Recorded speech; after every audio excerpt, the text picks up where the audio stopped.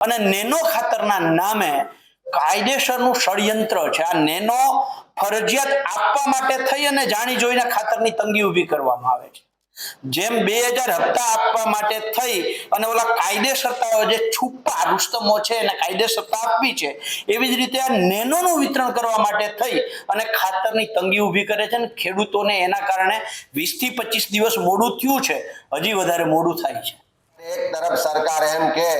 કૃષિ મંત્રી એમ કહેતા હોય કે ખાતરની કોઈ તંગી નથી, જોઈએ એટલું ખાતર મળે છે, પણ આજે ગુજરાતમાં ગમે ત્યાં જાઓ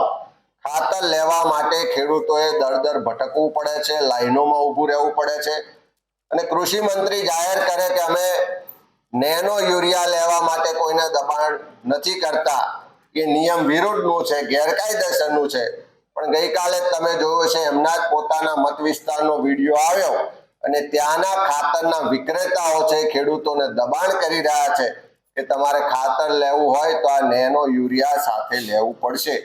એક તરફ ખાતર મળતું નથી, તંગીને કારણે ખેડૂતોને નુકસાન થઈ રહ્યું છે, પરેશાન થઈ રહ્યા છે, કાળા બજારીમાં લેવું પડે છે અને ઉપરથી નેનો યુરિયાની બોટલો વેચી અને વિક્રેતાઓ વધારાનો નફો કરવા માટેનો પ્રયત્ન કરી રહ્યા છે। ત્યારે સરકાર ખાલી વાતો ના કરે, ખાલી પરિપત્ર ના કરે, પણ સાચા અર્થમાં ખેડૂતોને સરળતાથી આ સિઝનમાં ડીએપી ને એનપીકે મળે એટલા માટે તાત્કાલિક વ્યવસ્થા